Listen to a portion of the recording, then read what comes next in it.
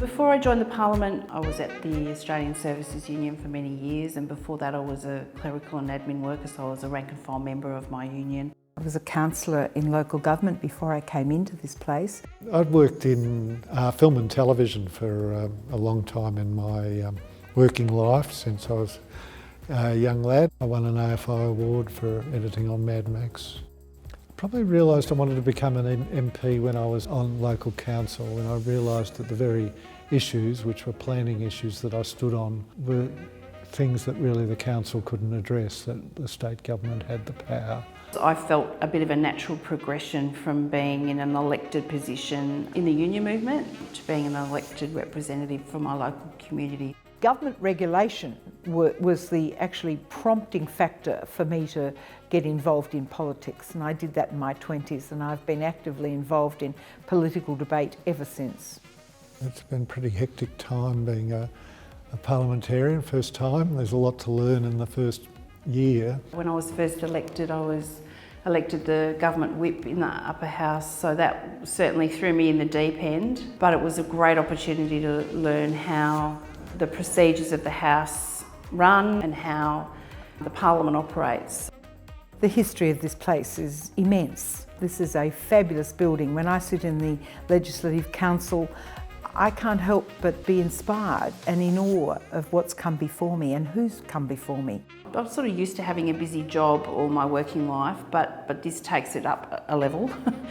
On a personal level, I think just adjusting to, being an MP and trying to manage time between home and work, that's a challenge. I represent Southern Metropolitan, which is one of the smaller regions, but for me it's quite large, so it's a large area to get around.